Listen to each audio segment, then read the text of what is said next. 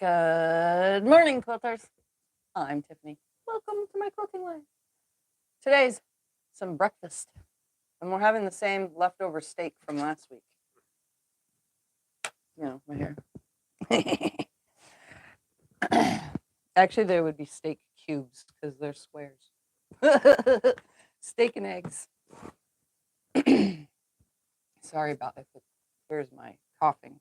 It's been windy, and it just aggravates my allergies, and then it drains down my nose into the back of my throat, and I'm constantly trying to to get it up. Anyway, let's see who is all here. Well, mine doesn't show it yet. Now it does. Okay.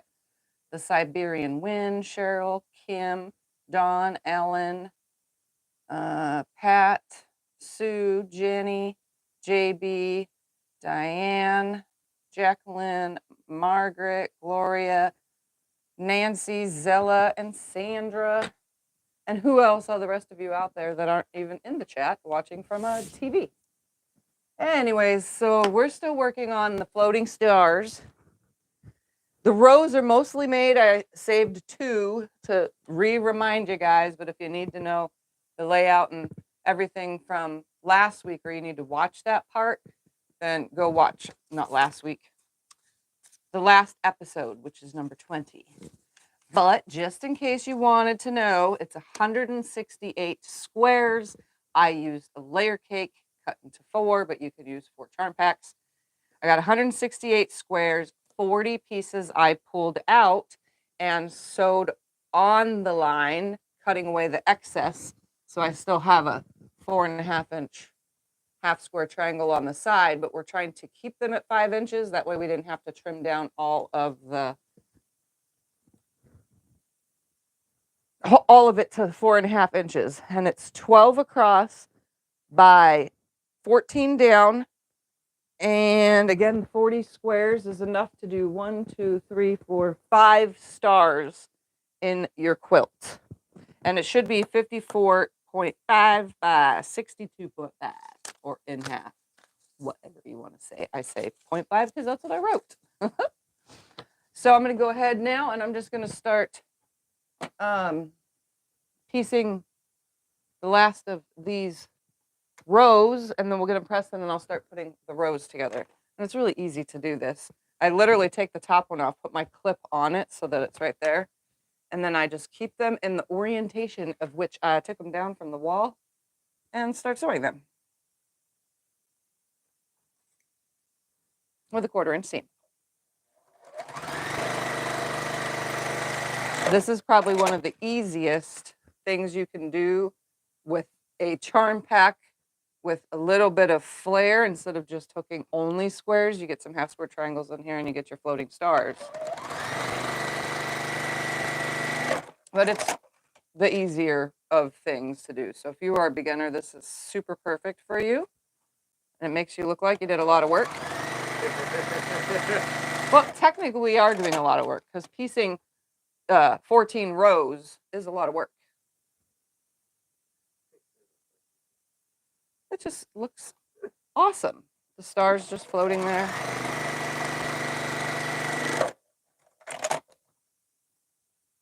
So I literally just do one, sew on to the next. Sew it on, do the next. And everything sits right next to me in the orientation it should have been, even though there's no extra half square triangles or anything. So only the ones that are needed are in here. So there's no real way of messing this one up.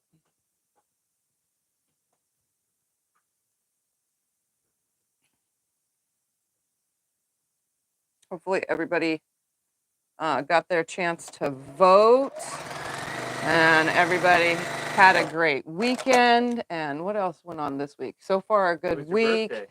You know, it was my birthday, so, you know, I'm still celebrating. I figured I'd have an all week long birthday. How about that? You're wearing your new shirt. And I'm wearing my new shirt. But hopefully everybody's had a nice week. And if those of you who work aren't working too hard, you know. Only working hard when the boss is looking at you. Just kidding.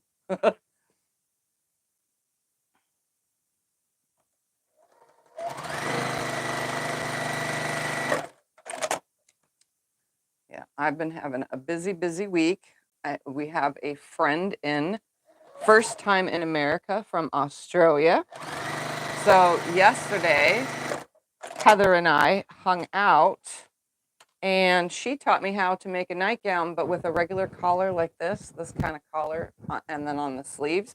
She taught me how to do that. It was amazing. So here's my row. I just need to press it whatever way is the opposite way of the original above it. So I have it going right, left, right, left, right, left, right, left, right, left, and I don't know what number I'm on. I'm probably on right again.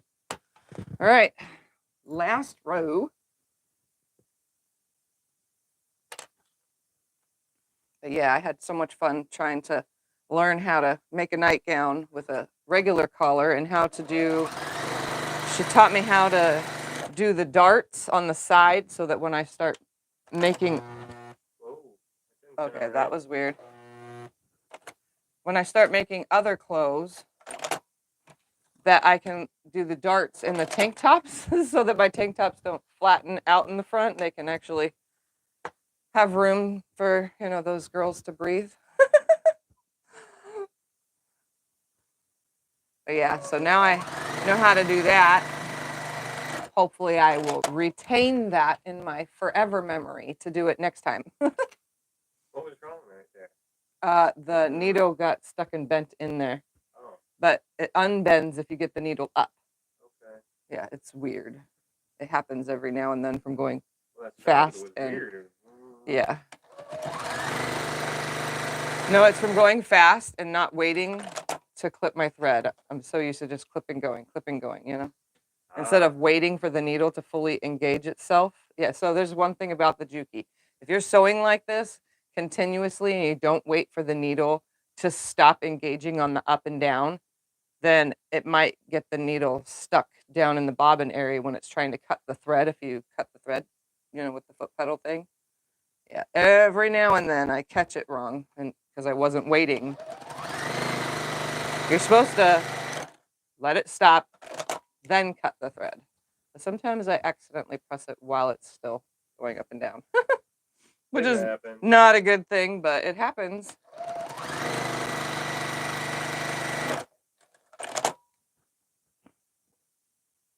Yeah, that's the only thing I've ever noticed with this machine is if you don't give it a chance to catch up and then cut your thread, it will get stuck. And that happened on my other one too. So it's a machine thing, not it's something that happens if you're not using it correctly.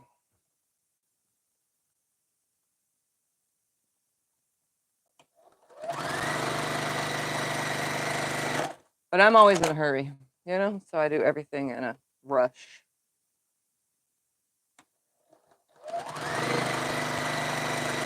Someone just asked me the other day, actually, how do you enjoy the process of quilting if you're always going so fast?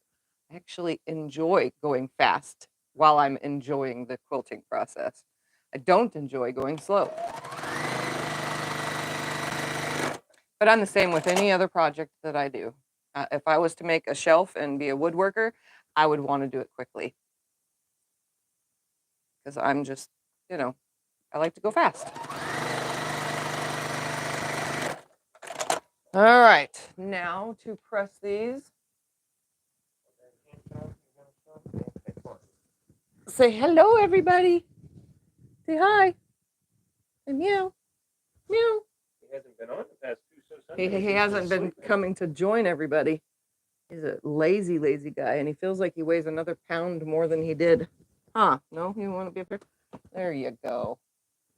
All right, now I got to press these. Can you plug the iron in, please, and thank you?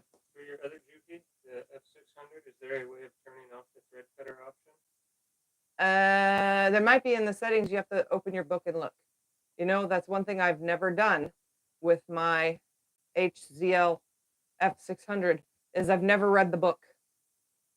Did I read the book on any other machine? Nope. I have the brother serger that I have. And I don't know how to change any of the settings. I still to this day am only using it the way it came.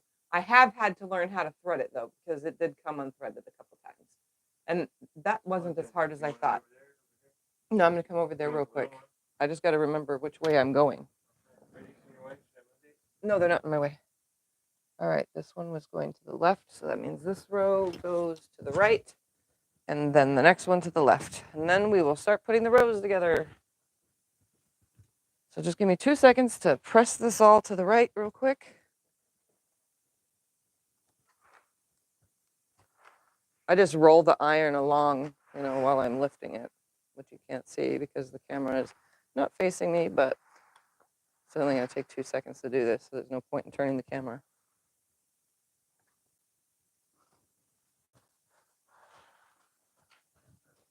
All right. Put row 13 down here.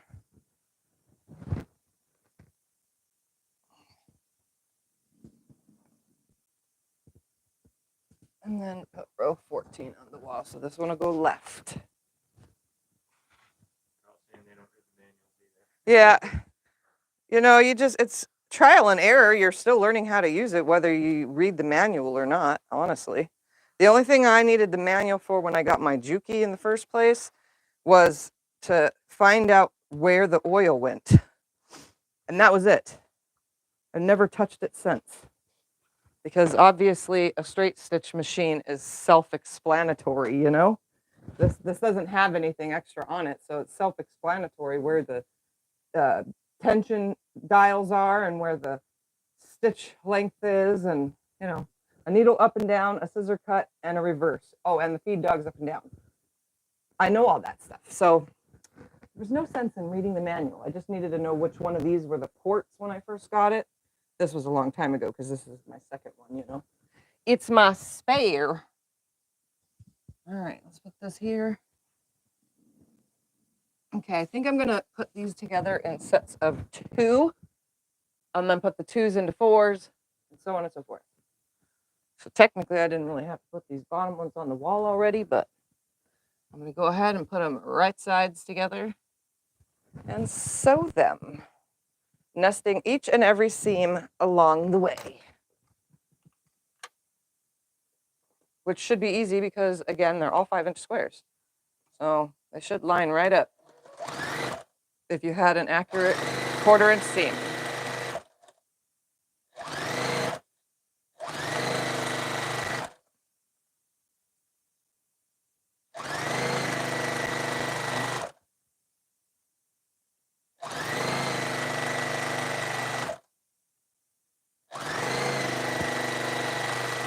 And I don't pin, I just hold until the next one goes under the needle, and then I let go and go to the next one until it's under the needle.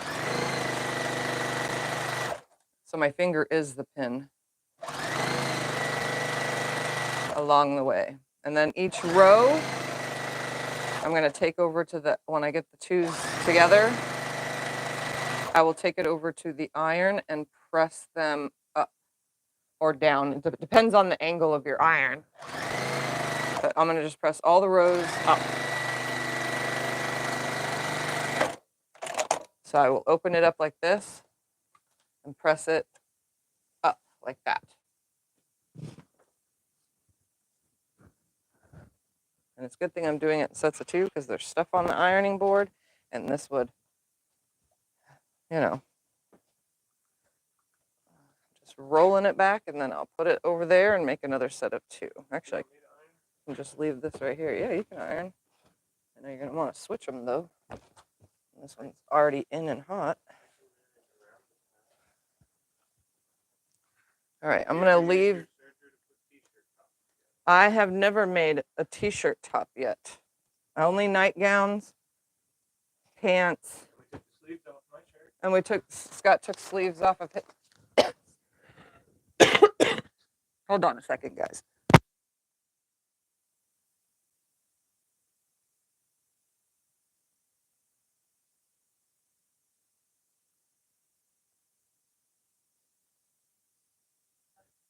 Sorry, guys, I had a coughing fit, and I didn't want you guys to have that on camera.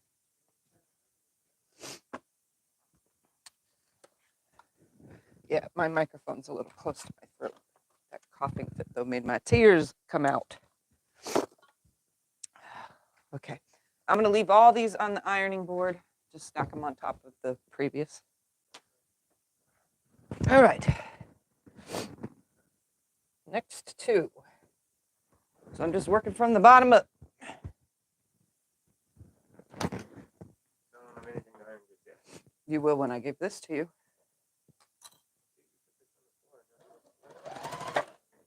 Oh, well, you could move it because I'm not over there. That's why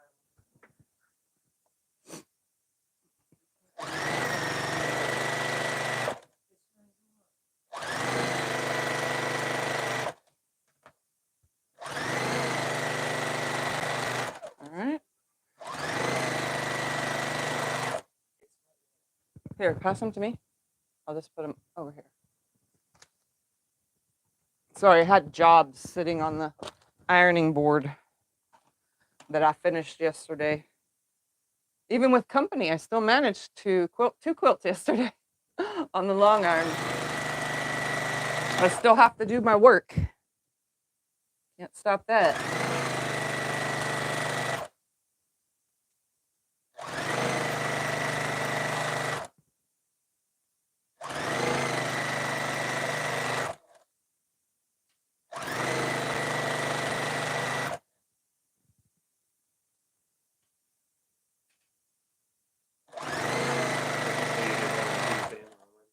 No, I did both yesterday, 1 in the morning. It was 1 in the morning and 1 in the afternoon. You helped me load them. I'm 100% positive. Nope. The one I did before that was my own quilts. Oh, yeah. Never mind. Yep. The open gate one. That's right. That's the one I'm thinking of. Oh, out of bobbin. Let's hope that I have a bunch pre-wound. Okay, empty, empty, empty. Pre-wound, yay! I've been throwing the empties in the wound ones, at being lazy about it, I guess. Usually I throw it in the empty side.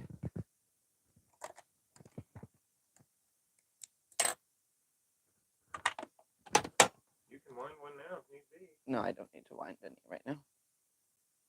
I got a few in there. So it stays lined up.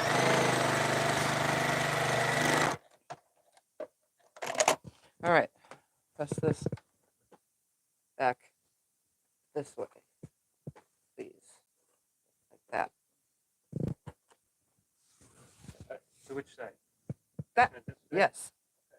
You lay it on the whole entire ironing board. Well, it's gonna lay how I have to lay it. But you don't need to. Yeah, I do. All right. Next.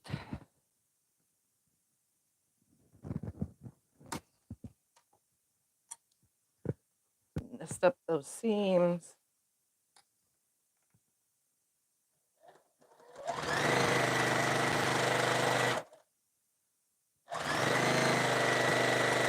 I think the part where you're piecing the rows together takes the longest. It actually takes longer to piece the rows together than it did to make the 40 half square triangles and trim those. And then this part goes pretty quick because you're just putting them in sets of 2 and then 2 into 4. And since they're long seams, you know.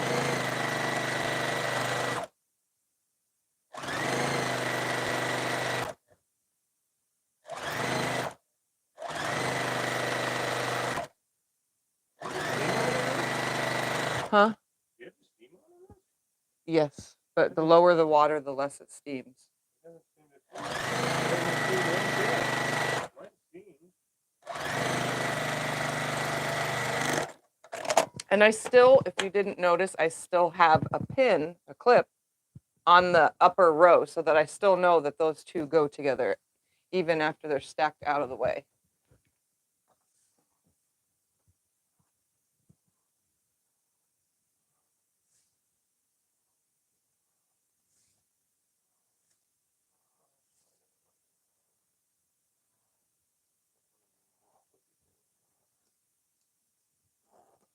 All right, next two.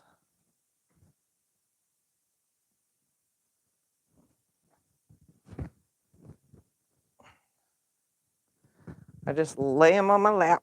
Take the bottom clip off.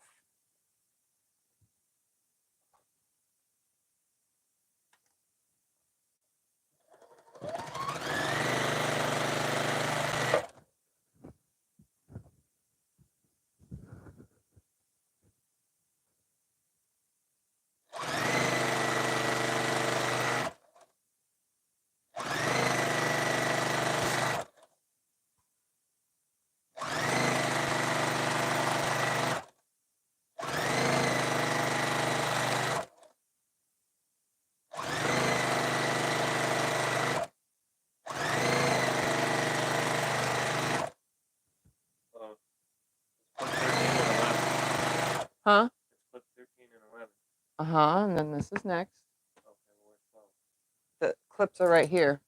Only the top one is staying on. Oh, so that I know 12 which is the one in top. okay. I see Yep. what you're saying.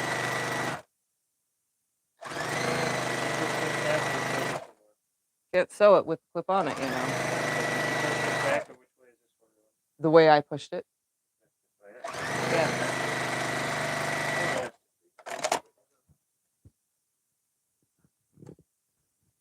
My hair is tangled in this one. Literally. And my hair is even up. Go figure. How does that happen, you know? You need a rubber band or something? No, it's tied up and it's still falling out. Okay, well, I don't know that. Pretty sure a lot of you have that same problem, though. Your hair just keeps falling out, and it's all over the place. I probably quilt like 5 or 6 of my long hairs into each and every client quilt. How it gets in it, I don't know, because my head is not leaning over the quilt. I'm literally standing there. The frame is in front of my chest, you know, like about this far from me, and my head is straight while I move my arms. I don't know how my hair falls that way. It's kind of funny. That they all get your DNA. Yep, everybody gets my DNA. If If you find out anything good about it, let me know. They're gonna all frame you for crime. Unless you find out you're related to me, then let me know. That would be funny. You know, it would be really funny because I've never done those what is it called, 23andMe. I want to, because my dad was a bit of a man whore in his age, and I'm pretty sure I have other brothers and sisters out there. Wouldn't it be funny if one of them was you? That would be a coincidence, huh? That would be the weirdest thing.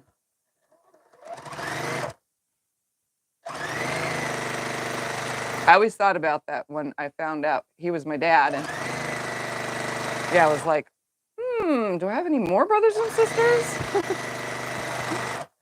Or how many cousins I have out there, or things I don't even know. I don't know much of my family history on that side at all.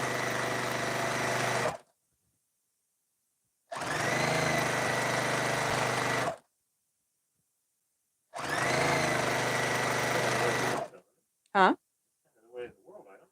Oh, yeah. Scott doesn't know his family history on his dad's side either, so a lot of us don't know.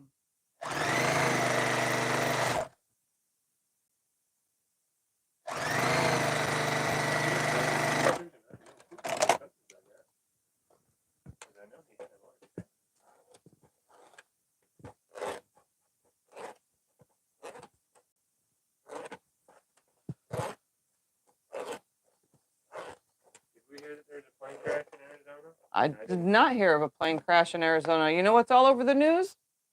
The election stuff. So no, we didn't hear about anything else. That's actually, yeah. It's true. We haven't seen anything on the news other than election stuff. So unfortunately, I don't know about anything. Heck, if there was a fire locally, I wouldn't know unless I looked on the fire app, because there's an app for tracking local fires around you.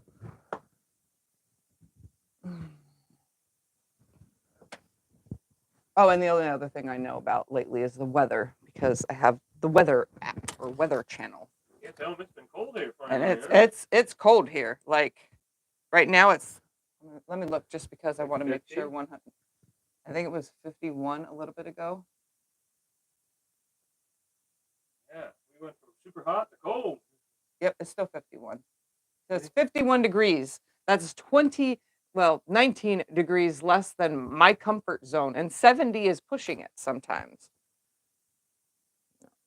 We didn't even get a warning. And then the wind makes it even colder because yesterday was super windy. Like I really wanted to take Heather to see the London Bridge, but Scott ended up doing it. But it was way too cold for me to even be outside. So he did it and I stayed home because there's no way I wanted to be out in that wind yesterday with already having sinus issues with the dust from the wind 2 days before. Whew. It's okay. She didn't want to be out in the wind either. Yeah, she didn't want to be, Heather didn't want to be out in the wind either.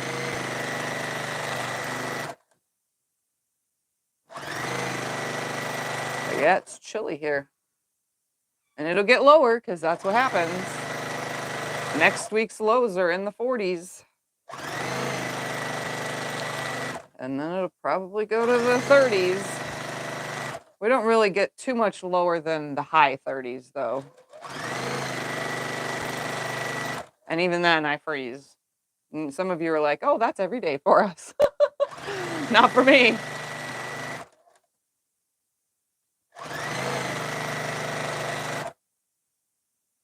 We only get to 30s at night. Yeah, well, that's what I'm saying. The overnight lows. Those are the lows. That's what I said. Okay. And look at this. Another one of my hairs. So weird. Where is it all coming from? Is it on the design wall? Maybe that's the problem. I'm wondering if my hair is all over the design wall, other than thread. I couldn't tell. There's a lot of thread on there. Yeah, it's covered in thread. There's a lot of thread on there. I would have no idea.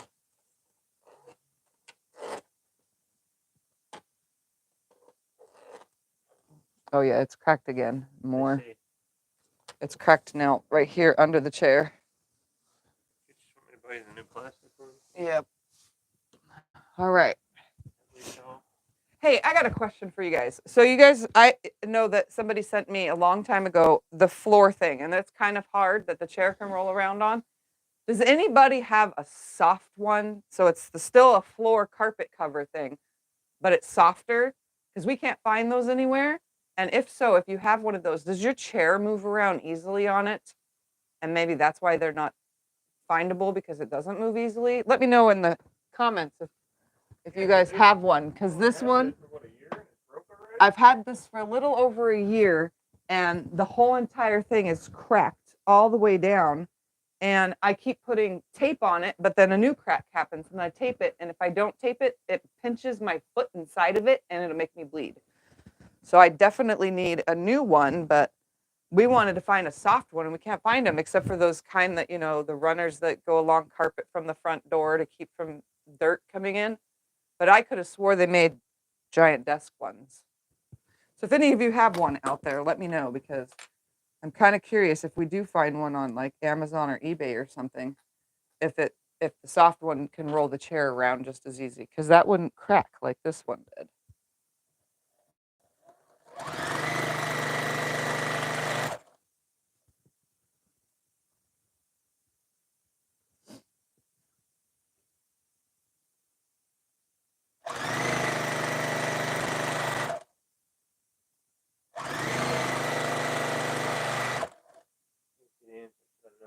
Yeah, I don't see. Yeah, I've looked on Home Depot online, on the online Home Depot, but I haven't seen any. We actually went into Staples and touched every single one of them, and they're all this hard plastic. So I don't know.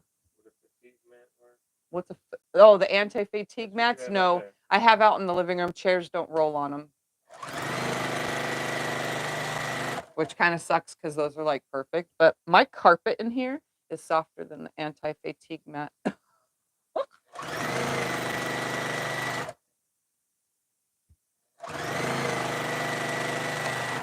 But the chair doesn't roll on the carpet, but it's great when I'm standing in here cutting. So I still have to find something that the chair will roll around on, and it still has to be as wide as my desk because I cut on this side and I roll over to there when I sit and cut, you know.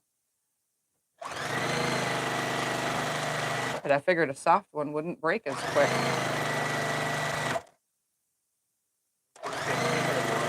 What? Period. Who has one? Jimmy said I have had one, but the chair didn't roll. Period. Oh, okay. We said try a beauty supply store. Beauty supply store. Yeah, Oh, they yeah, have yeah, that. yeah. They Yeah, have they're the mat that they stand on. Yeah, I didn't even think about that. We have one. We have Sally's Beauty Supply here in town. I don't know if they sell anything other than hair and nails and whatever products, you know, but it's worth a look because Walmart's out there where that store is. All right, here's the last row. And then I'm going to take that pile and start from the bottom up. Okay. Just lay it on top of this. I'm going to grab the bottomest rows. Bottom. Yep, the bottomest. Yep, I make up lots of words all the time. I'm a word maker-upper. See, maker-upper. That's my word too. All right, 11 goes on top of 13 because 12 is in the middle. All right, I'm gonna remove that clip.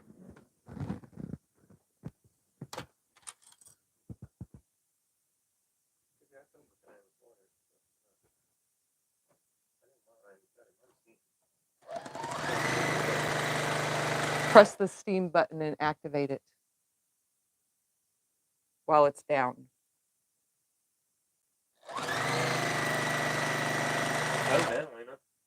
No, we got to do these now. I'm putting them into sets of 4. Oh. And then they get pressed. Just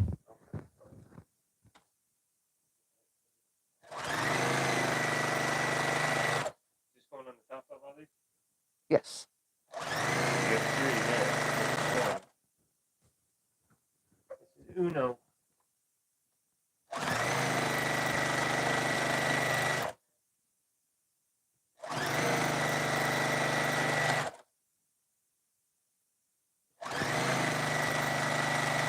Everybody get a chance to see what I made for the Open Gates video that I did? That came out, was that yesterday? Yes. Yesterday, yeah. It's a cute little Christmas project. I definitely enjoy doing the Open Gate boxes. Of course, I don't have any other subscription boxes other than Open Gates. I do once a year do the, hold on, I gotta think about it. What is it called? Sewers Club or something like that. Is that what it's called? Sewers Club? Yeah. Once a year I do that.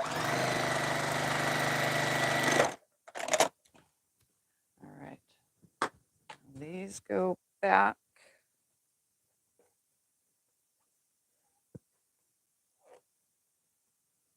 I'll just put this over here real quick.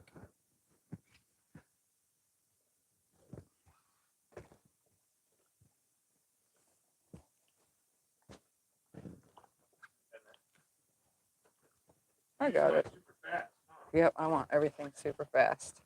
Look at, there's more of my hair. Is it like, oh, I know my hair is falling out, but is it like on something or something that's getting everywhere? That's more than 3 pieces I pulled technically. They like your Open Gate. Yes, I love the Open Gates box. All right, the next 2 are these. Here, so we're going to make sure that 7 is on top of 9 because 7, 8, 9. It always eats 9. Yep. It's just 7's thing. Put all these clips away before they start falling on the floor. All right. That's that first seam.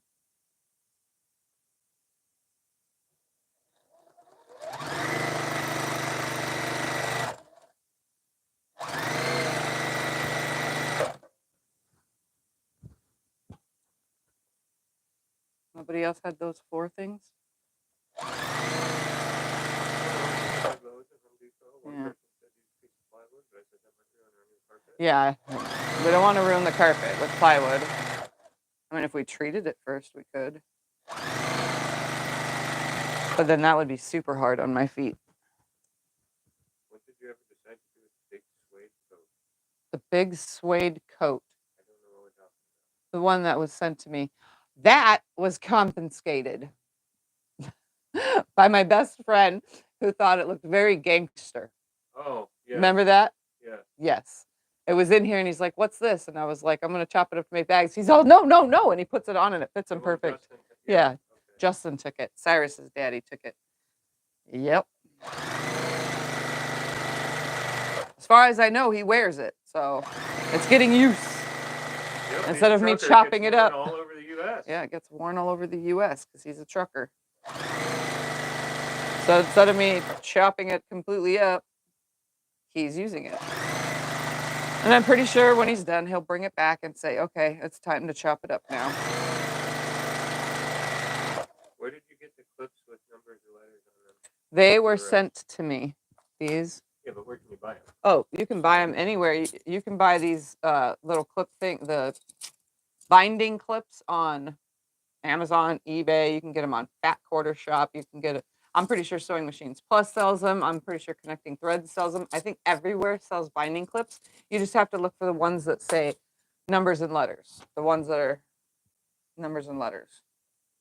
Although if you don't find the numbers and letters one, they actually make, I don't know how far down in this drawer they are, right here. Yep. They also make these, which are little GE, it's called GEZ.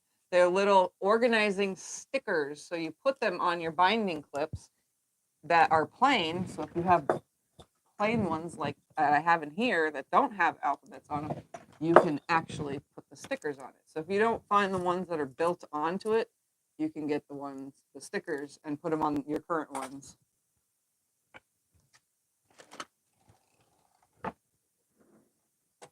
Because I have the long ones that I use for when I'm making bags. I have really long ones, and those all have numbers on them too. But the long ones actually hold bigger stacks of fabric as well. So technically, you don't have to use them for bag making. You can use them for quilt making too.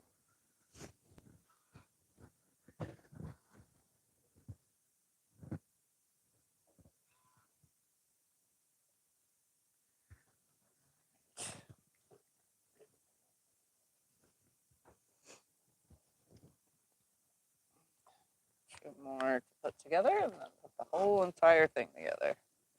Right? Two more? I think so. I'm brain farting. No, there's three more.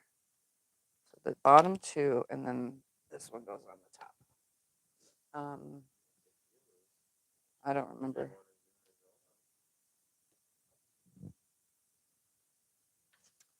All right.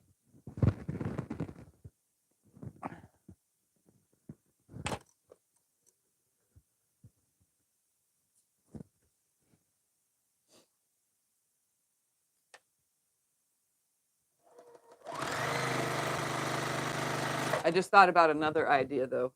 Since these are plain and it's a smooth little front, if you have small writing, you could always get a Sharpie and literally put numbers on them all. So if you have 100 clips or whatever and you need to name 100 different things, you can just do 1 through 100 on these with a Sharpie, which is a good idea if you wanted to. And it will stay until the day it gets rubbed off. If you don't touch that part of it, then it shouldn't rub off right away, because Sharpies are forever.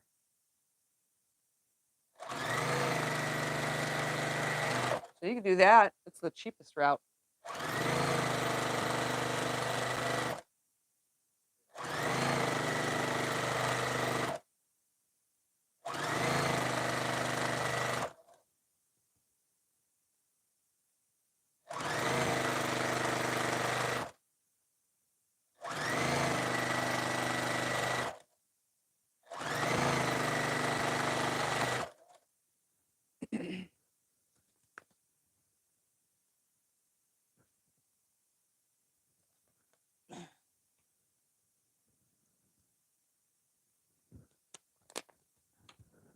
Can I have another water when you get a chance?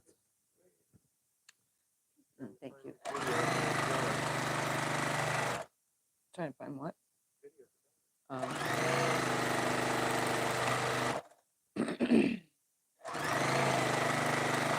Sorry for coughing with this microphone right here. Oh, and for all of those that couldn't turn your volumes up enough and you had issues hearing the other day, we actually ordered a new microphone, so hopefully it'll fix the weird up and down sounds that this one's been having. I noticed it when filming the videos that I recently filmed that'll be on next week, that the sound quality was absolutely horrible. So we ordered a new microphone. Should be here soon. Hoping it fixes the problem.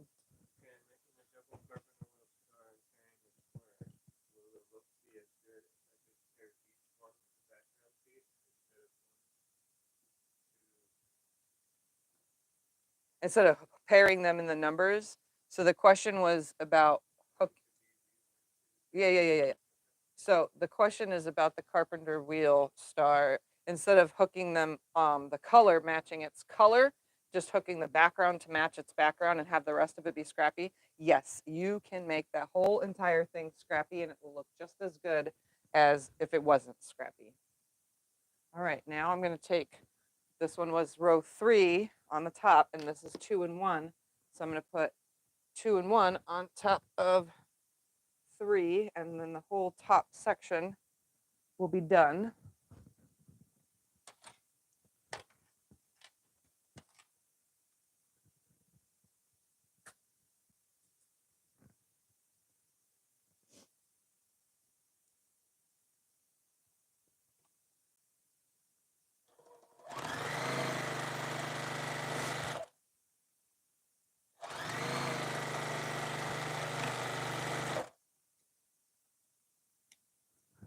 Thank you very much.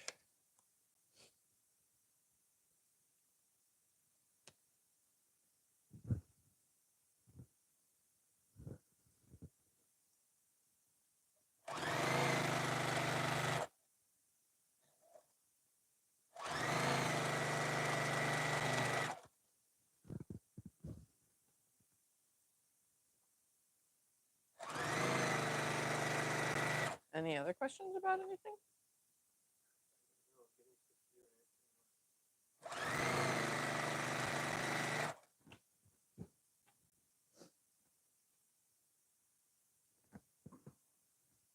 Oh, come on. There we go.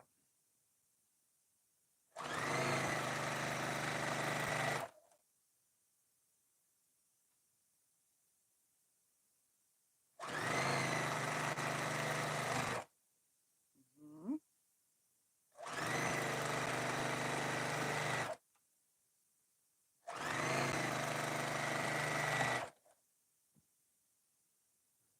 Yep.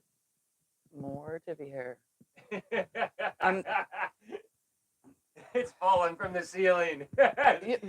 Is my hair up there? Oh my goodness. It's on the ceiling fan, and we have the fan off now, so it's falling down. Well, that fan is dusty this year. Isn't that normally one of our cleaner ones? Yeah, this is normally.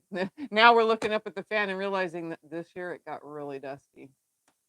And this is normally a clean fan in here. My bedroom fan has got that, it's a special coating on it. And then the living room fan, it still gets a slightly dusty, but the bedroom one is those anti-dust ones. And we replaced these a couple years ago in here.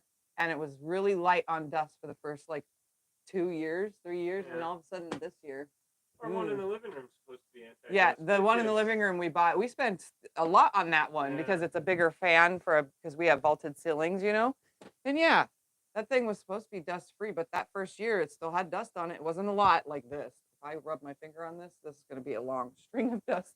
But I live in Arizona, obviously. Everything is covered in dust. But I think it's time for our yearly dusting.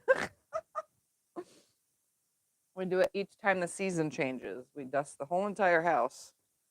No sense in doing it in between. As long as we keep the carpets vacuumed, I guess it's good.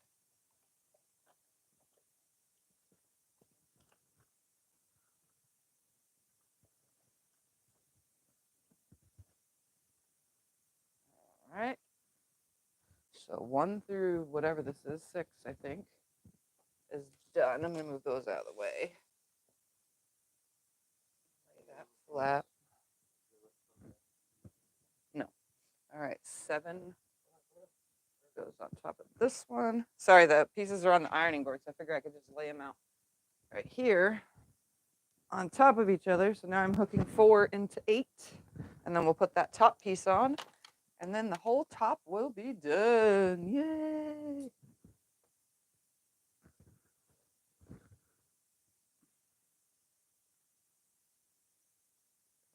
That steam. Stay nice, and then start stitching.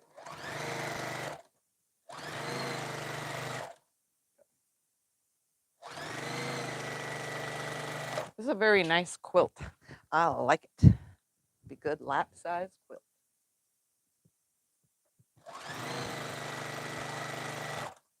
And then it can hang in the closet with the rest of the unquilted quilts. There's so many of them.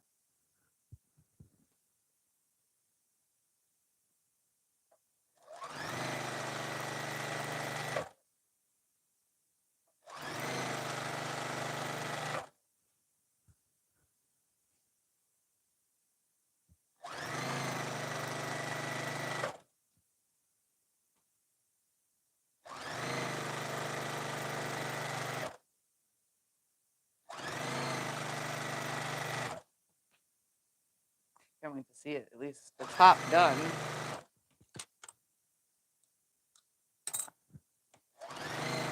can see the singing skull. They mentioned that. Oh, yep. Tell 'em for those I that didn't told see that. you I would put it where it's in the camera. It's being displayed. That thing is hilarious. I just want to press the button all the time.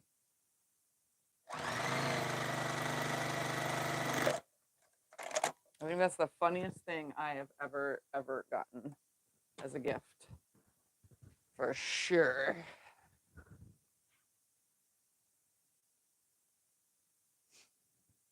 I mean, I did like my little gift. I got the little voodoo doll pincushion.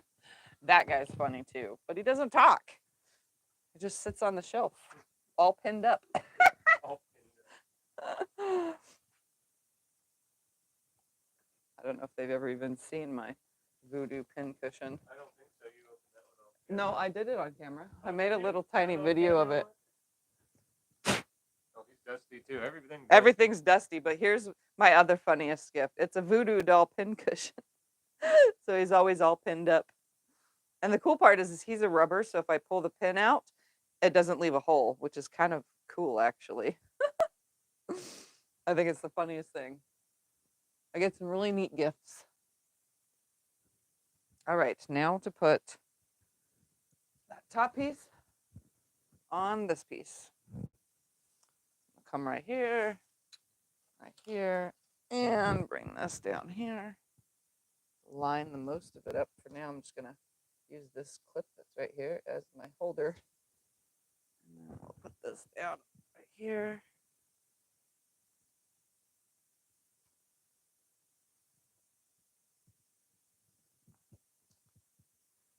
And then carefully slide it onto my lap together. All right. Now just sew this final seam. Yay! And I knocked the thread out while I was at it.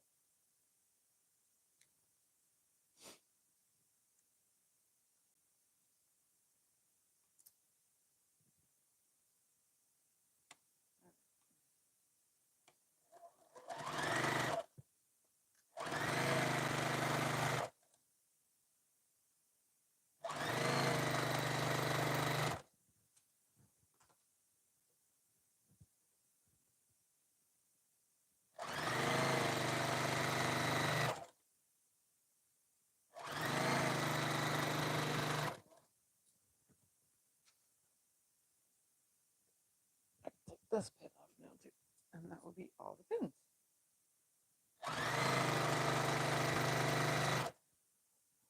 Making sure I keep everything nice and flat as I do this.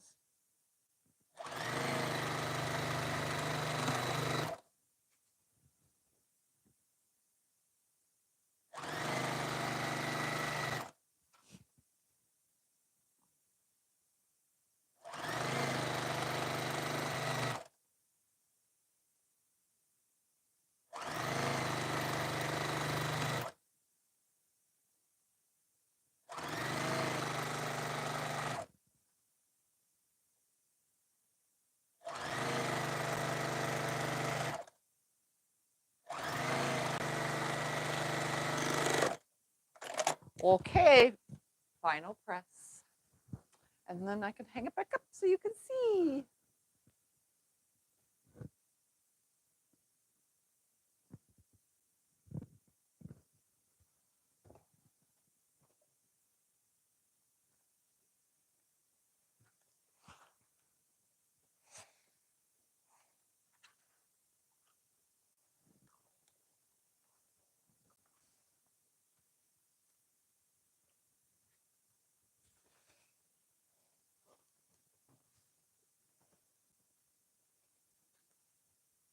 Sorry, I'm giving it a quick once over with the iron. And then I'll hang it on the wall with Scott's help because I can never hang it by myself. I can never hang anything by myself. Always just falls.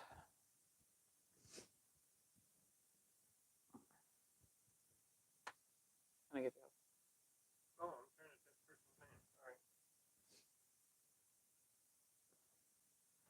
Trying to put it Right. right here. Yeah, but right. Come down with your side, please. Down, Well, you keep going down, up. down, down. Now we're angled. Your side's up way high. No, your side is. No, it's not. It's hitting the ground there. Not deep weight. All right, let's see how big this turned out.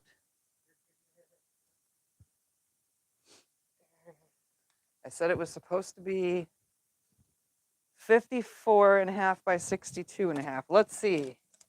Obviously it needs a better pressing, but it is 54 by 62.25. Oh, I moved mine already. So sorry. Oh. It's 62. Yep. So it's pretty much what I said it was going to be. Look at that. Once it's pressed fully, it'll be that good size. Yay. Oh, I might have to move the camera back so you could see more of it.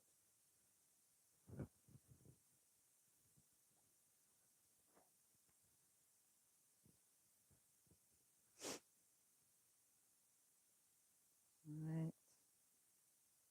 There's the whole thing right there. There we go.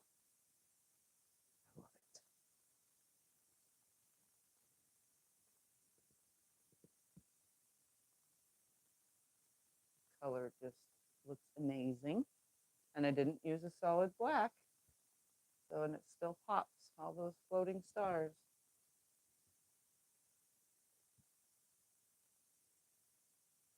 Right there. Okay. Well, I still have plenty of time left. Are you going to do a border around it? No border. Leaving it just like this. So while we're here, this is my I still have more time box. My box of pre-cut fabric. So I had been using all the scraps that people send me to make blocks and my leftover scraps as well. So I'm making these blocks. Every unit is going to come to 6.5 inches. Then there's a 6.5 here and a 6.5 here. So every single one of these blocks is made differently. You know, however I get it to 6.5 inches, and then add a 6.5 inch on each side. So this is my little sad project here. Why is it sad? Side. Oh, I think it's sad. No, not sad. Side. That there? Yes. Well, technically, no. All right. So here's my tub of the sizes that all equal to 6.5 inches. So I have 6.5 inch big squares. So I'm going to go ahead and grab 2 out to start. Just going to slide those out of there. Then I have 2.5 by 6.5, 2.5 by 4.5, 2.5 by 2.5, 6.5 by 1.5, 6.5 by, 6.5 by 1.5. Yes, 6.5 by 1.5 and 6.5 by, or 1.5 by 4.5, and then 4.5 inch squares. So I'm going to grab a 4.5 inch square, and then let's make a layout here, like that, like that. Put this guy there. We'll put some 2.5ers around him. Because, ooh, we got a little seahorse in the center of that. That can go there. there. Put a yellow, and then we'll just make this one with lots of 2.5-inch squares on that side. And then we will grab one 2.5 by 6.5 for this side, a 2.5 by 4.5 for the other side, and a 4.5-inch square for somewhere in there as well.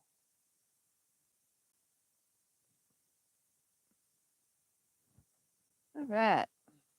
I'm just literally making these blocks for fun.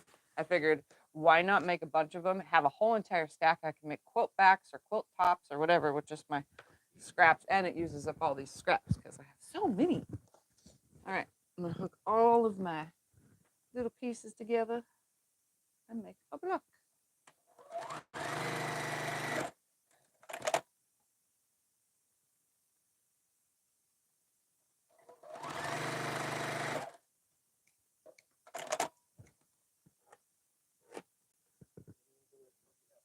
Can you do me a huge favor though? What do you need? Pass me that iron The big one? through Or you this. want the little one? No, the big one's fine Okay, so you're gonna because use it's the already mat? plugged in. Yes. Oh, should I use all that too? Yes. You don't want the little iron for the little mat? No, I'm just gonna use the big one for now. For this little mat. That iron takes up the whole mat. No, I'm not gonna set the iron on the mat. You know what I mean. All right. There we go. So now I can just press while I'm right here. He's gonna go let the dog out, the neighbor's dog, since most of you know he babysits the dog across the street for our neighbor. He has to go golfing. Yep.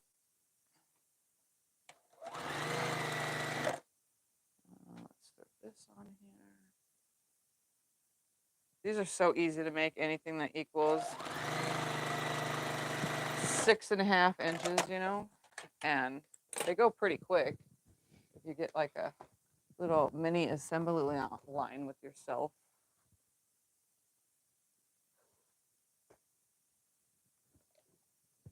Right, so 2.5s is a 4.5, you know, and that just gets attached to a 4.5. However you get to the number you need. You can even do 4 1-inch squares, which equal 1.5, and then put a couple 1.5s together and equal 2.5. You know, you can just keep going. And then the 2.5s, when they're a full big square, make 4. But I'm trying to keep the little dinky pieces out of all this. 2.5-inch squares, the smallest I'm going on all this.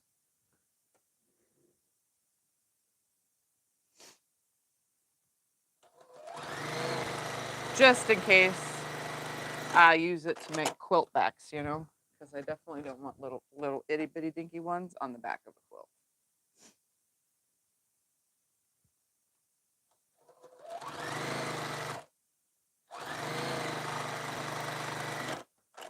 All right, now press these.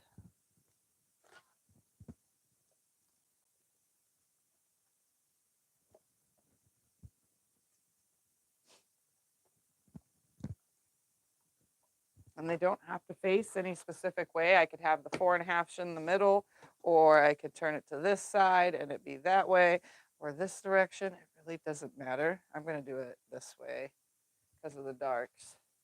And then I'll put all those in towards the center. Now I have 6.5-inch blocks to make a 12.5-inch. Sides together.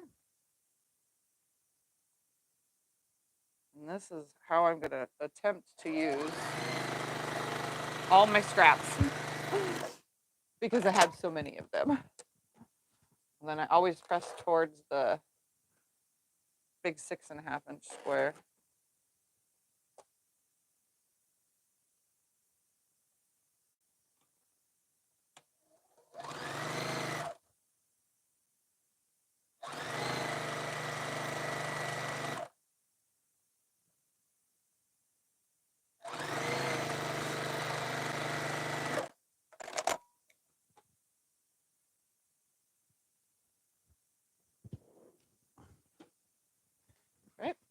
press this block.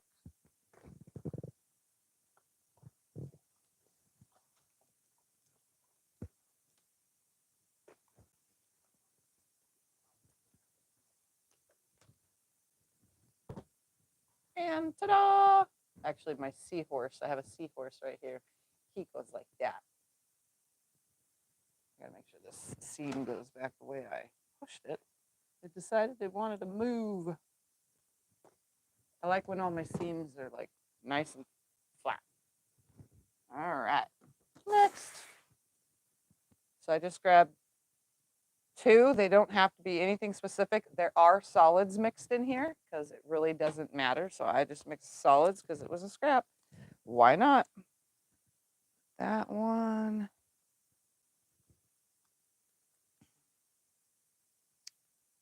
Let's grab a grunge.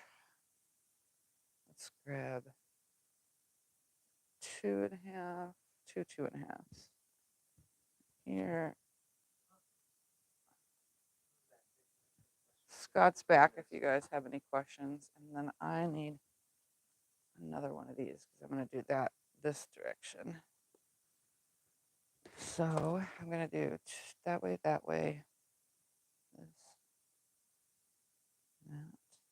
that. One of those on the side, one of these on the side, and let's do some 4.5-inch squares. Ooh, let's put some crabs in this one. My block is going to have crabs. That may or may not be a good thing. Sounds a little funnier. Sorry, that was probably too much. Okay, I want to put this floral with my crabs and then it'll look better. All right, let's put those back in there. Let's see, do we have enough pieces out? Got that there, make those there, turn that one to that, perfect.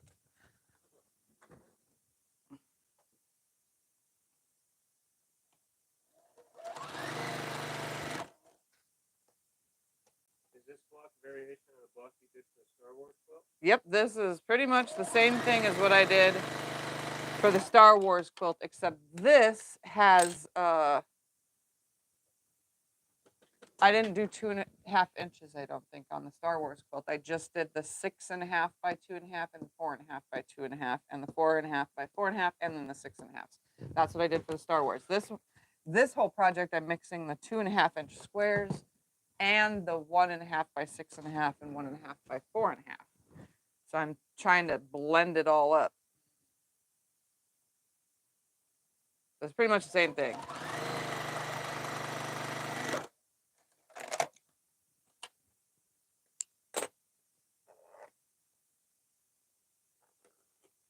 All right, decide on this one and then press it.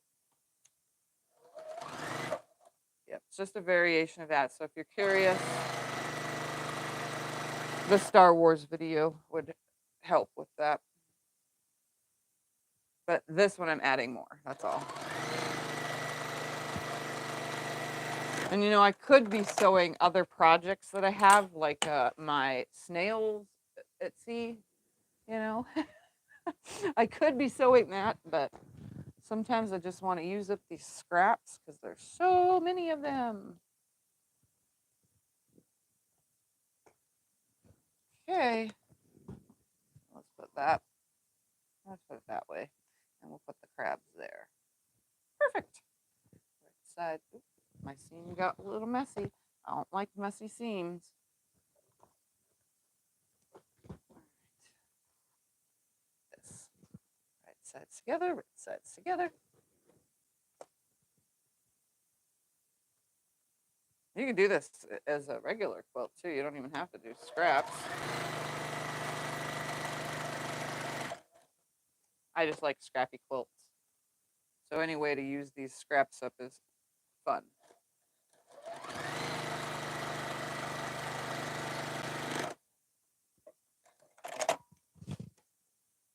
Okay. I always press towards the big 6.5-inch square because it lays flatter that way when there's a ton of seams. You can see these blocks go together pretty quick.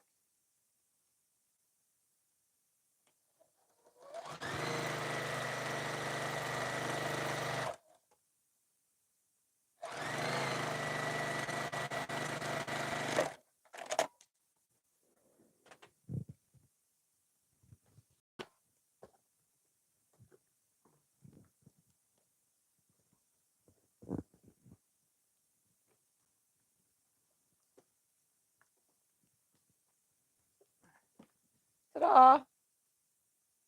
Nice little block. Yep, it's got crabs in Paris. Yep. Sorry. I know. Sometimes I just, yeah, I'm a little too much, even for myself. All right, let's grab 2 more of the 6.5s, and this time we're gonna do some. Ooh, that's a pretty one. Let's throw that in there. 4.5. Let's make 6.5 out of 2. How about that? Of these 1.5 by 6.5 inch. So I need 2 of these because 2 1.5 equals 2.5. We're gonna put some corn in that one. We need some corn. And then we're gonna do the other side with 4.5 inch.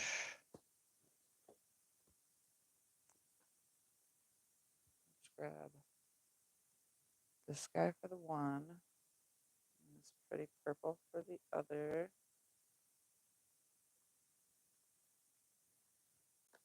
And then we'll put 2 of these. We got a sea turtle. Sea turtles want corn. Okay, we'll put you guys next to each other. Oh, and I still need a 6.5 for that. So we'll do one of these. How about some pink? Pink? Pink? No, yeah, we'll use that one because it literally fell out. There we go. Slide that out of the way. So these 1.5s together. I think I grabbed out enough pieces. Hoping I did.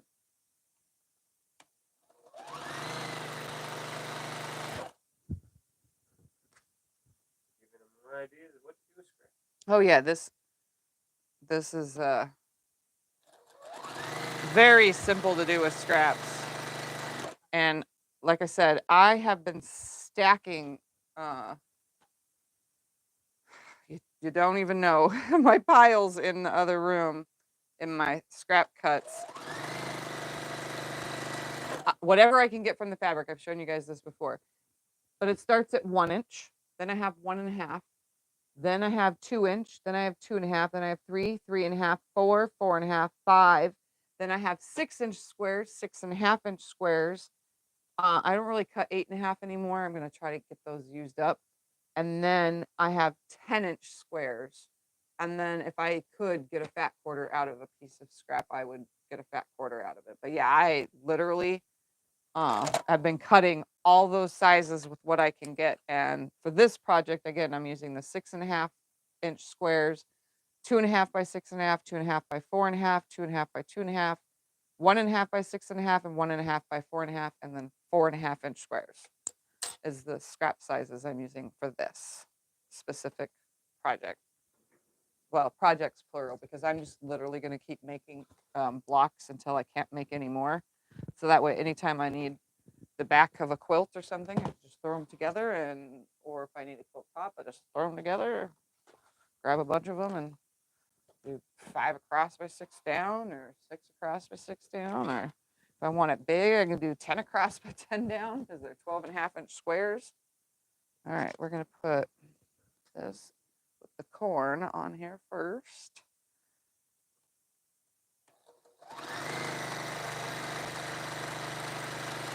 And then this onto this square.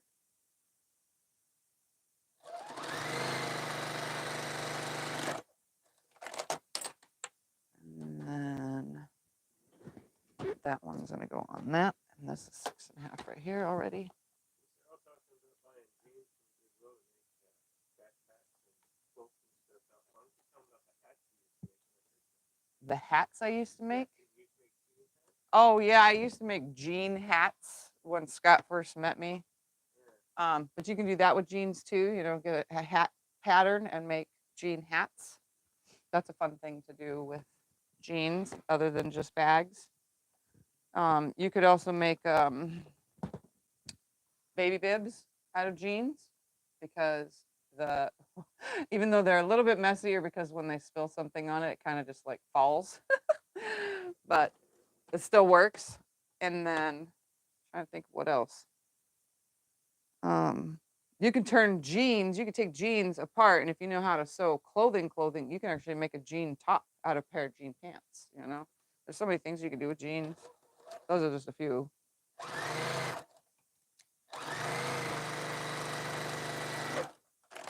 All right.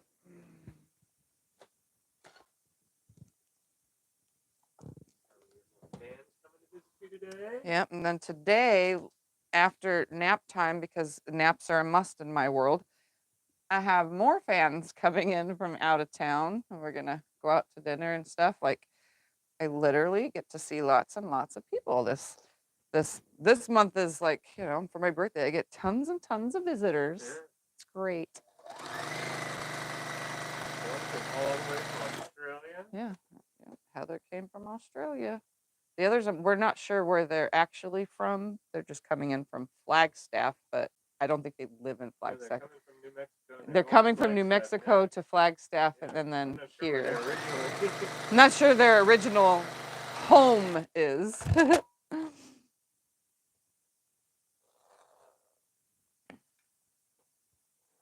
size are the squares? These are 5-inch squares. I did not cut them down, so when I made my half square triangles from the 40 background pieces, I think we used what, 3 fat quarters or 4 fat quarters? 4 fat quarters because it equaled a yard of fabric, and I still had a couple left over.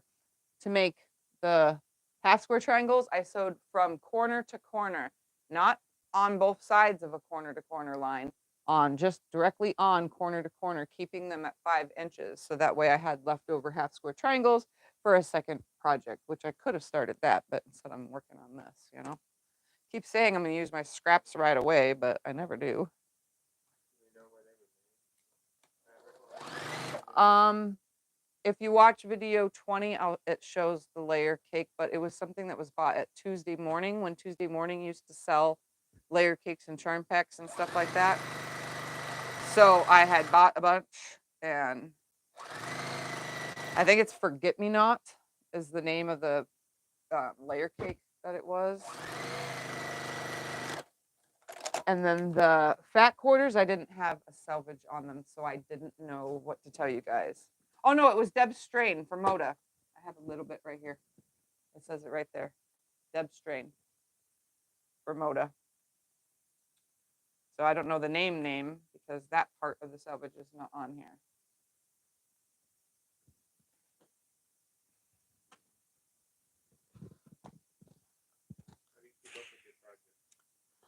How do I keep up with my projects is the question. Well, guess what? I don't. The only thing that keeps me on track, honestly, is the last breakfast at Tiffany's. I started that project behind me, so apparently I have to finish it on the next episode, you know? So Sundays, I do part 1s and part 2s on projects that take too long. That's how I keep up with those because they're specifically for something. But anything else I do, I'm just like all of you. I start one thing, and then 5 minutes later, I start a new thing because a different idea came, and then 5 minutes later, I'm starting something else. It's just part of the process. So when you're like me and you have a ton of scraps and you have a abundance amount of fabric, then you just start chopping things up and making things, whether it's a ton of projects at once or one project at a time. So there's my block. You can see I did the 1.5 by 6.5 here to finish that end off. So it just gives it, oh, hold on, a coughing fit, hold on.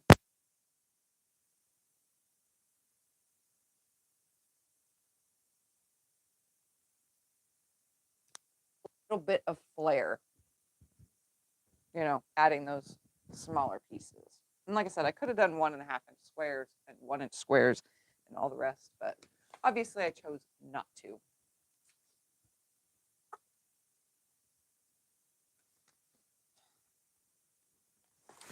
All right, 2 more big squares. Let's do a brown one this time. Ooh, and we can do deer. Brown with deer. And then let's do 1 4.5-inch.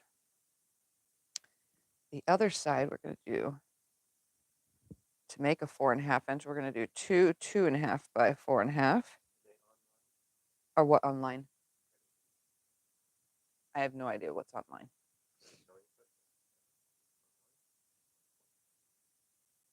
I have no idea. All right, one of those. That's going to make one of those. Then we'll do purple grunge one with 2 of these. Okay, come on. Got 2. There we go, right next to each other. All right, so that's, I need a 6.5. There's 1 block. There's my 4.5. Let's put, I went to Red Robin for my birthday and had me a royal Red Robin. Why? Because that's the one thing I love to eat at Red Robin. Well, plus you get your free burger. Plus I get, plus it's a free burger. So, you know, cha-ching, we save money. All right, and then 2 of these. How do I keep the tub organized? Well, I pull out as I need it instead of pulling it all out. Well, the other day I did have it all out. I had the 6.5 and the 4.5, and blah, blah. I had it all lined up on the desk. But I found it easier to just pull from the tub. That way I'm not pulling everything out and then sifting through it. I can just sift through it there and it's in the box.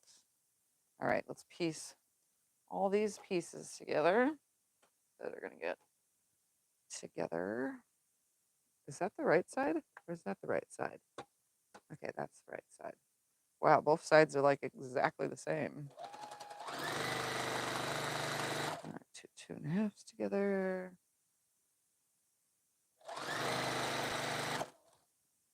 2 1.5s together.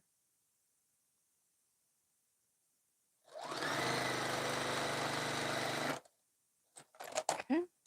Snippy, snippy, snippy. Press.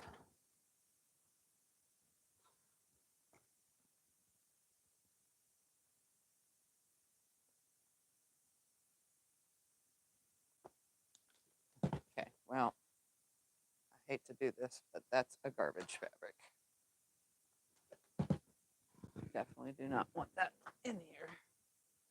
Sometimes, and I don't see it when I'm cutting because I'm just in a hurry, but every now and then, polyester blends sneak by, and this one piece is a polyester blend.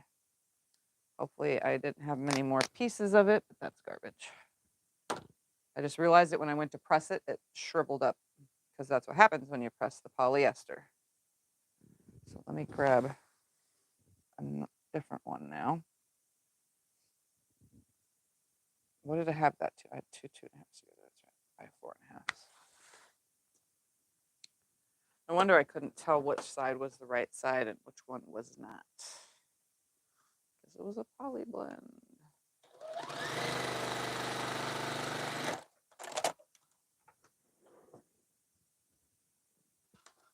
Much better.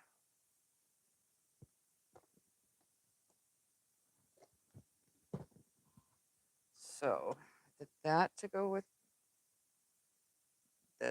these 2, and 1 on the side, and those 2 for this one on the side. Okay. Got to figure out how I'm laying it out first. Do it all right here in front of my face. That one goes to that.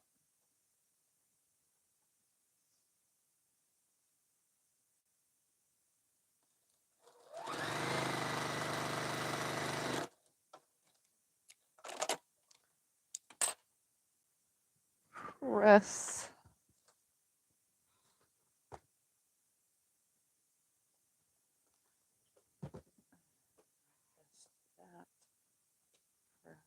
This and add to this. All right. This is so much fun. I just love to do this.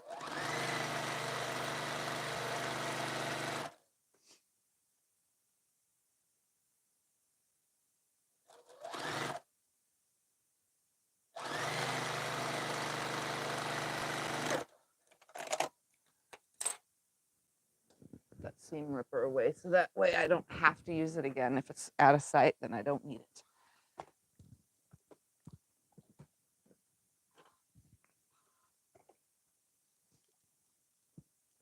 See, and there's so many combinations you can do with your 6.5-inch squares. Oops, we want this corner and that corner. This one there, and we'll put my deer butt here. Oh, you can see more than a butt on that one.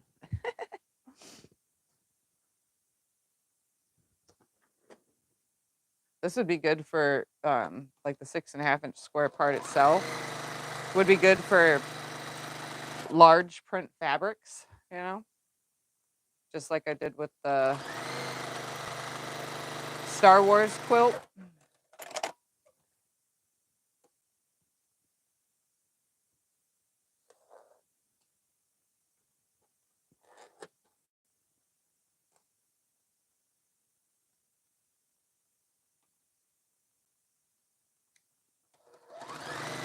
Now that I'm thinking about it, that's the first polyester fabric that snuck by me because usually I don't cut it up even.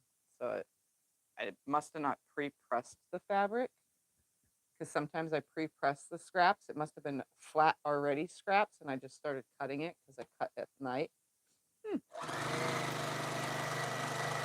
I'll have to check the rest of my scrap pile sizes to see if there was any more of that fabric.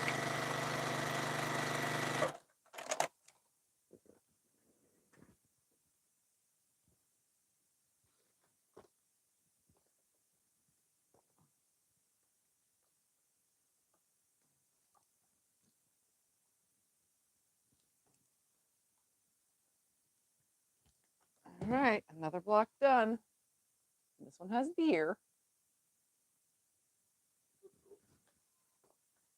Seam is the way I want it to stay. All right, well, let's make another one. Let's do blue flower and a checker. And then we'll do 2 4.5s on this one. So we'll do a purple flowery one and some puffins. Ooh, I want to see the puppies. Oh, they're cute. All right, let's do one of those, but 2 of these. We'll do lollipops and French general style fabric. And then so that makes 6.5, that makes 6.5. So I need my 4.5 makings. We'll do one that has, keep grabbing from that same part of the, let's do some of that fabric. And we'll do some golf clubs because everybody wants golf clubs in their quilts. You know, so that makes 4.5. And one more different thing to do a 4.5, we'll use this pretty flowery one. Bam. All right. So these together. See, I probably could make all the combinations first by sewing all the 1.5 by 6.5 inches and sewing, you know, everything and already pre-sewn, but I like to mix it up and make sure that no 2 ends up in the same.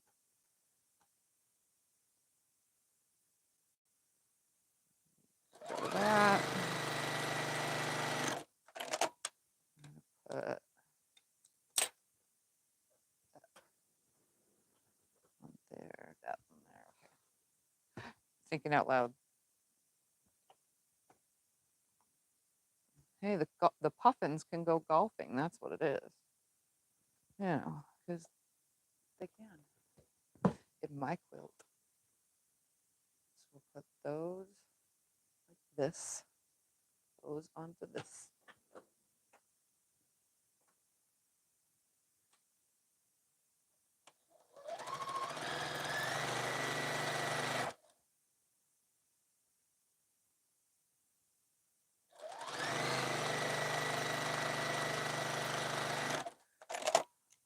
All right, and then this one, I'm just going to press it real quick and throw the side unit on it.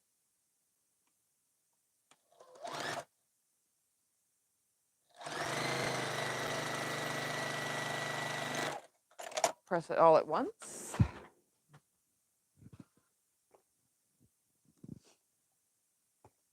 Yeah, the other day I was doing this and I was using my little iron.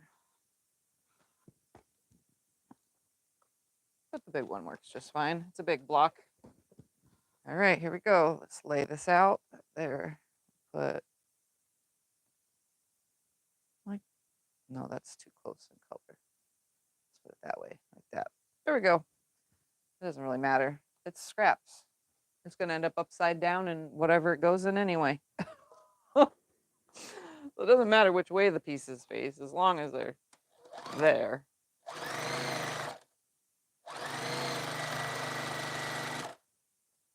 long as you can make a block, I guess it doesn't matter.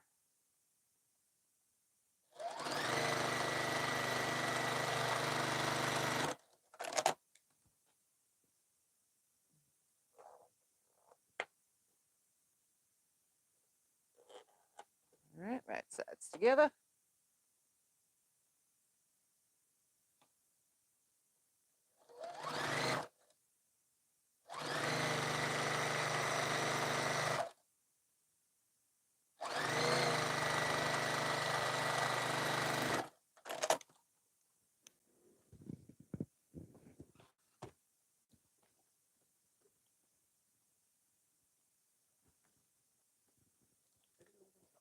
Nope.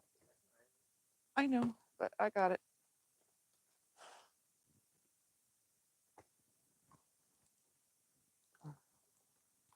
All right. Another one bats the dust. It's funny, this one has just one little dot right there. Because that was the confetti, whatever it's called, with the whatchamacallit fabric. What was it called? Confetti something or other. All right, 2 of these. Yeah, here's some of it right here, but a pink version. Some of you might know what I'm talking about. It's the color. There's a word. I can't. It's not coming out, but where the color gradiates from one color to the next. You know, same whatever. Words lost. We gotta have pink, and then we have some jog bones to go with it. Yeah, variegated, whatever, something like that, from top to bottom. But it had the confetti dots on it. I forgot the name of that darn line. Ombre. Thank you. Whew. Me, not so ombre. I don't say it from one to the other. Just being silly.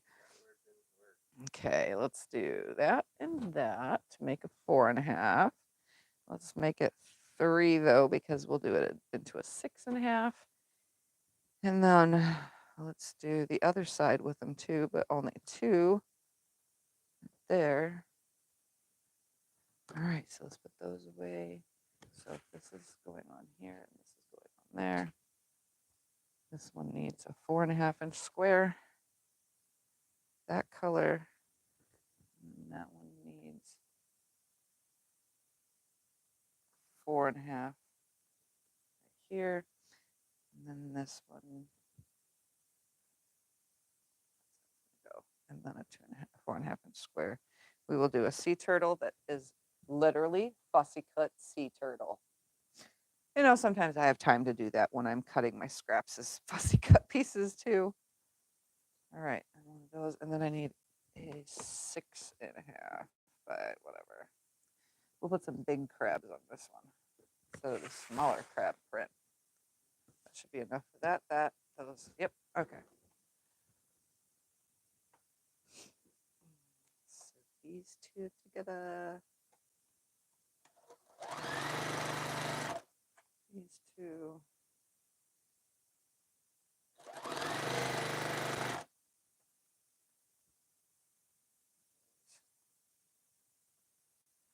Okay, that's not 2.5 inches.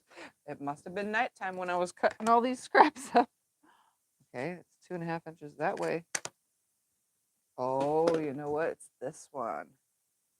Not 2.5 inches. Nope. Well, that's weird. I must have been half asleep. I do go in there when I can't sleep, you know, with a dim light and start cutting scraps. I wonder if all of these are less than 2.5. Oh, it is. Look at that. So it's 2. pieces that are less than 2.5 inches. I didn't mean to do that. It's from the same fabric though, so I must have been getting really tired. Where was I going with this? But yeah, at nighttime, I am usually in bed and laying down. I'm not sleeping or trying to sleep at 10 o'clock, but I'm usually in bed and laying down. And then if I can't fall asleep by 11, I'll go and cut fabric because it's a quiet thing that I can do from 11 to 12. I only go in for an hour. And then by then, I'm usually tired enough to go to sleep. It's my new thing. I don't know what size container it is. You'd have to measure. Oh, 16 by 11. 16 by 11 by 7 is the size of the container. Those two are going to go on this one. These two are going to go on this one.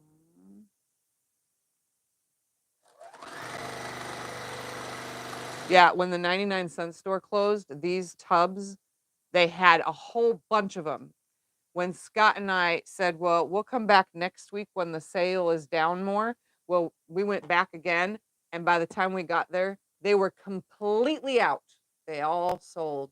It wasn't even a week later. It wasn't even a week later. It was like 3 days or something like that when we went back. The whole aisle was gone. The whole aisle was filled with those tubs, and it was all gone by the time we went back because they were on sale, and I would have grabbed a ton of them so that I can upsize some of these tubs on the side of the screen that you see. All those are the shoebox ones, but I've overflowed those. So now they're in double shoe boxes, and I'm literally running out of scrap space. So I figured, well, I could put what project piles together. So that one's all for these specific blocks. You know what I mean? And keep it all together. But yeah, we really missed out on the chance of at least getting, 10 of them.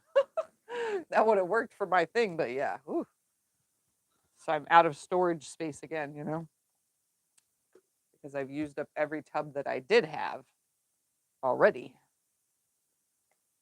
So now I'm starting to use cardboard boxes, which we try not to because we had the termite problem, and cardboard boxes is what they were eating in this room. So we don't want termites again.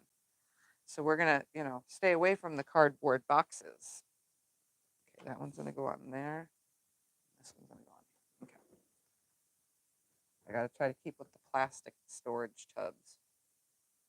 I check Facebook Marketplace all the time too, though, because a lot of people sell the used ones on there for pretty cheap.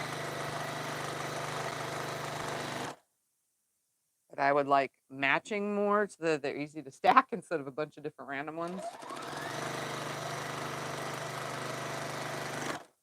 Although my shoebox idea was a good idea at first, it definitely I have outgrown it. And I started that, the shoebox thing, I started when I first started quilting. Remember that? As soon as I started having scraps within my first year, I was putting all the scraps inside those little bins.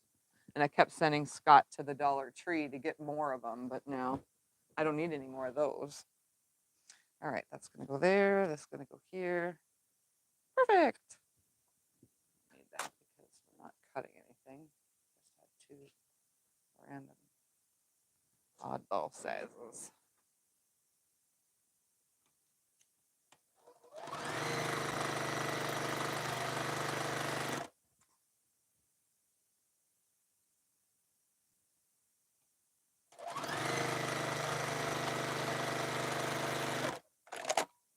Oh, what am I doing? I was gonna snip that, and then I realized, wait a second, I'm making the 4-patch part.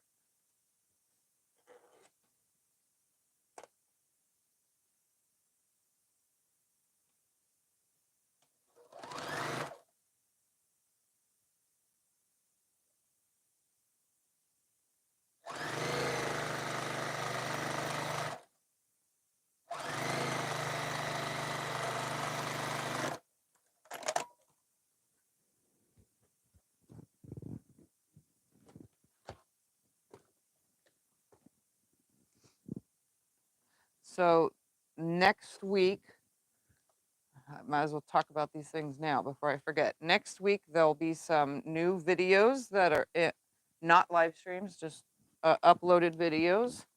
There'll be 2 new videos come out next week. So don't forget to look forward to those. Here's another block. This one has its lovely sea turtle sitting on top of dog bones. Can you feed a sea turtle dog bones? I don't know, but in my fabric you can. While I'm right here, I might as well trim these down to exactly 2 inches and put them in my 2-inch bin. That's so weird. See, I cut 2 1/4. Dummy me.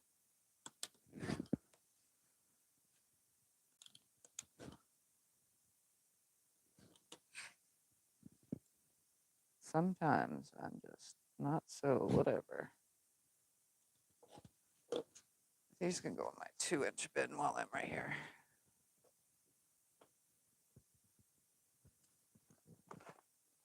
See, I'm going to show you so you can see that these things are literally going to overflow. That's the 2-inch bin. If I tilt it anymore, it's going to start falling out. And there's a whole stack of them still that I cut up in the other room that I just have not put in these tubs yet.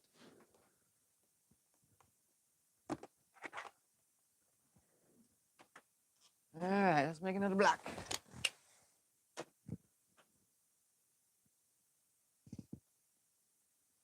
That's a pretty red. Ooh, that's a pretty one. Oops, I grabbed 2. I only need 1. Slide that in on the end. Actually, I can go towards the next block. Let's grab the next block worth. There we go. All right, 6 1/2. We'll do a 4 1/2 there, and then we'll do a 4 1/2 there. Let's do another one so that one has 2 of them. So I could also, here's another idea. I could take 1, 2, 3, 4, 5, and 6 of these and make a 6 1/2 inch block right there. So there's 1, right? So it'd be like a fence, rail fence type style for that one. So 6 of those. So then I only need to make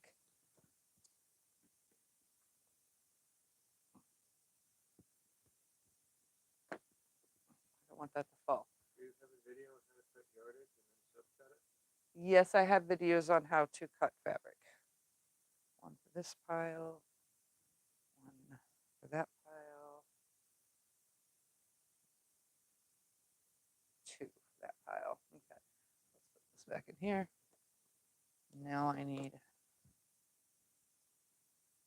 some more crabs for that pile. And something else. What am I missing? That one. That one's taken care of. So now I have this guy. Let's put a 4 1/2 on there. And then I need something to make 6 1/2 on the other side. So we'll do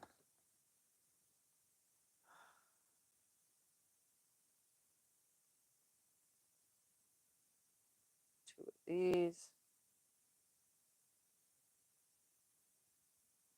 Make a 6 1/2. And then I just need a 4 1/2, which are right in front of me. Right there. Okay. That should be plenty for 2 blocks. So I'm going to hook this to this, and I'm going to hook all those together. Oops, let's put this away before I mess myself up.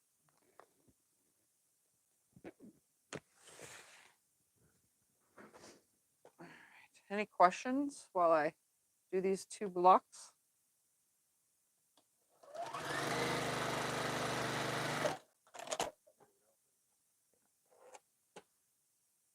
Actually, I definitely don't want this dark one next to that. And that's blue already. Let's put this one. Any questions?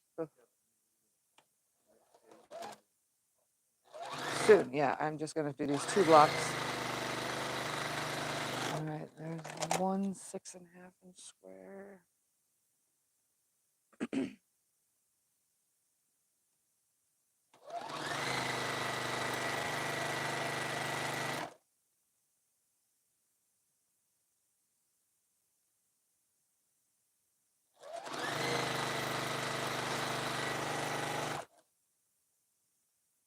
No questions coming through?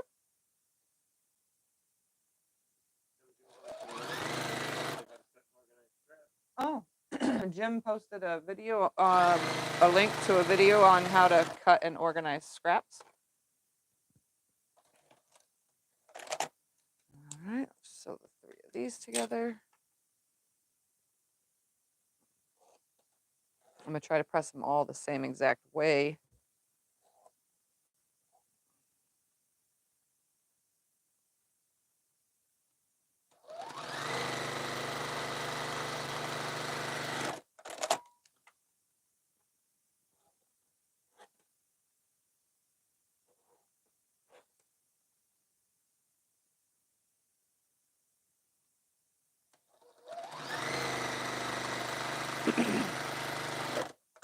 So whatever way it takes you to get to 6.5, so there's a 6.5-inch block right there, you know, then that's how you do it.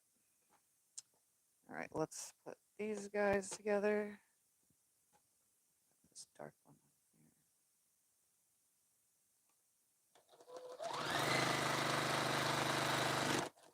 here. 2 of these together.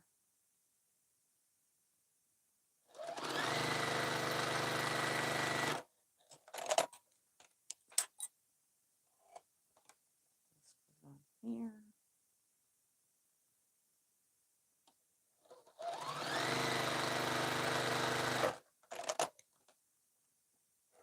And then this side. Yes, right now I'm finger pressing instead of rolling back and forth.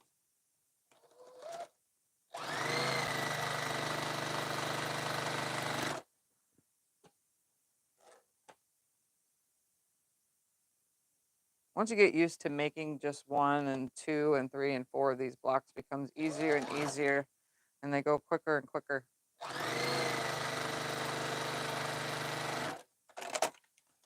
All right, press all this and assemble my lovely blocks. All right, there's 1.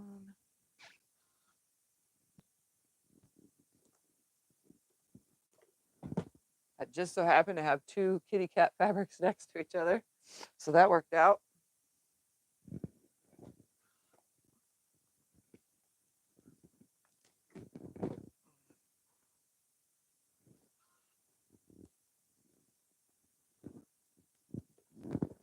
All right. Yep. This.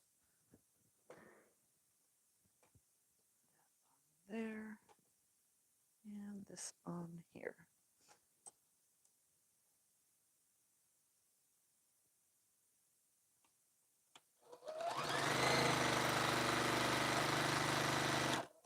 Oh, and I ran out of bobbin. Why do people trim down a block after sewing it together? Why do some people trim down a block and others don't after making a block? Well, it depends on how wonky your block came out or if it was oversized. So if it's a fully finished block like this and they're trimming it down, you need to trim all of those fully finished blocks now to that same size, or else they're going to fit funky. If, say, you had just a little bit of like funkiness right here on this end and it was taller than these 2 sides and you just want to straighten that out a little bit, go for that. But when it comes to a block fully coming out, especially if you're following a pattern, don't start trimming them all down, because if you start trimming 5 or 6 of them down, your other 20 blocks are going to be messed up. They're going to be oversized, and then your new ones are going to be undersized. Unless a pattern calls for it, there's no need to trim it down. Instead, check your seam allowance to know that your block is coming out the right size. You can have too small of a seam allowance, or you can have too wide of one. But yeah, there's no sense in trimming it down unless, you know, that's not the finished size I want it, you know, the unfinished size I want it to be. So you shouldn't be trimming them down, especially if you're following a pattern. So some people are probably following a pattern and then it's telling them to trim it to blah, blah, blah. And some people are probably not. I guess it just depends on the person you're watching doing it. I don't need to trim these because they're all 12.5 inches. And I don't even need to measure. I'm pretty sure they are. But if this had points like flying geese units in it or something, I would definitely be checking before I sew it into the final block to make sure that it's the size it needs to be. Slide this one through.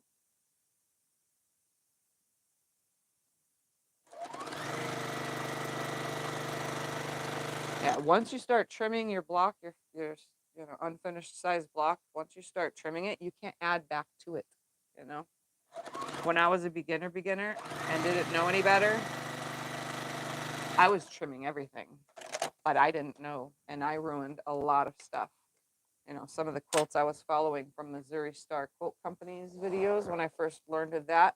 And yeah, I was starting to trim everything. I was like, wait a second, why is mine not the size theirs is? And then I realized, wait, she's not trimming them afterwards, you know? So I was like, okay.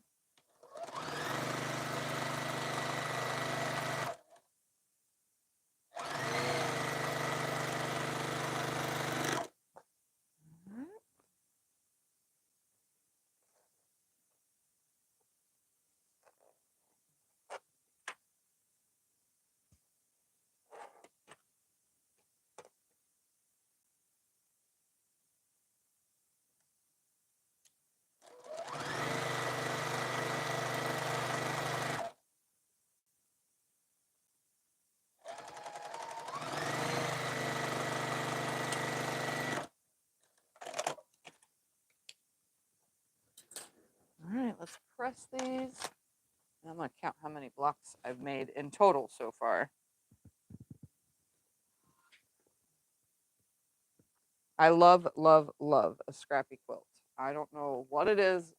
It doesn't make any sense, you know, because none of the fabric goes together. But for some strange reason, and that's why you guys watch my channel, I make scrap quilts go together. Just one thing changes it all. Sashing between all of these is going to make it look like, oh wow, everything does go together.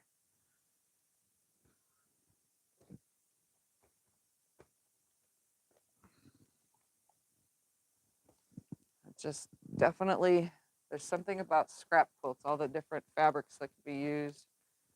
All right, so here's one block. This is the one that I did all the straight pieces like that. So it's like a partial rail fence, you know. And then here was the other one. So we got 2, 3, 4, 5, 6, 7, 8. I made 8 blocks just right here in this video in the last, what, 30 minutes, 35 minutes? Maybe that's 40 minutes. I'm not even paying attention. All right, so that's 8, I don't know when you started. 9, 8:47. 10, 11, 12, 13, 14, 15, and 16. So right here is a quilt already. 4 across by 4 down. And it's a child size quilt. Just like that, you know? Definitely fun. You can unplug the iron now. I enjoy making stuff like that. And I also enjoy turning the leftovers from the current project on the wall into something, but I think I got to trim all these down first to one side. They might not all come out exactly 4.5 inch, but I'll do something with them. I'm gonna leave them right here so that I remember to instead of putting them away, because that's what I was doing, is just putting the scraps away. Like my open gate box that I just filmed and you guys just saw, it's literally sitting open and all the scraps and the junk is just sitting in there on the other side of the camera, like it's a mound back there where I keep throwing things. Oh. Peek in case they didn't see the video. You get to learn to make that. Center it on there. It is centered. Right there it is now. Okay. Yeah, it's my sloppy free motion quilting. It's cute. My my little Christmas tree. It's cute. I don't free motion quilt sit down that much anymore, so I'm like, I'm a little off on that. And there's the project. In case you missed the open gate video, That'll knock the camera over. Scott was trying not to knock the camera over. All right.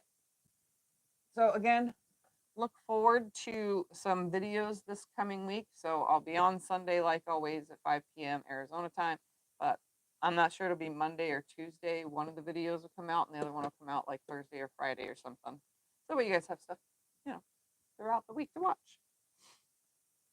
All right, I don't see any other questions on here. All right, guys. Well, I'm going to go ahead and get off of here 10 minutes early. So thank you all for hanging out. I'm glad we finished the Floating Stars top. It turned out amazing. I love it. I can't wait to actually make a back and quilt that one up. And I think I'm just going to bind it in black. Even though it's not the same as the fabric right here, if I just put black binding around it, it'll make the rest of everything just pop, just like the stars do themselves, So I'm glad that that's finished. So that means next, the third week of, what is this, November? Yeah, the third week of November. So the next breakfast at Tiffany's, we will be starting something new. I don't know what, but something. So, all right, guys. Bye. Thank you for watching. Have a nice rest of your day and have a wonderful weekend. This is the first Thursday. Yeah, this is the Thursday, first but the first following Thursday. Yeah. Eventually, I'll get it where the first and the third Thursday are the same project. Yeah, someday. All right, guys. Thank you for hanging out. I'll see you on Sunday at 5 p.m. Arizona time. Bye.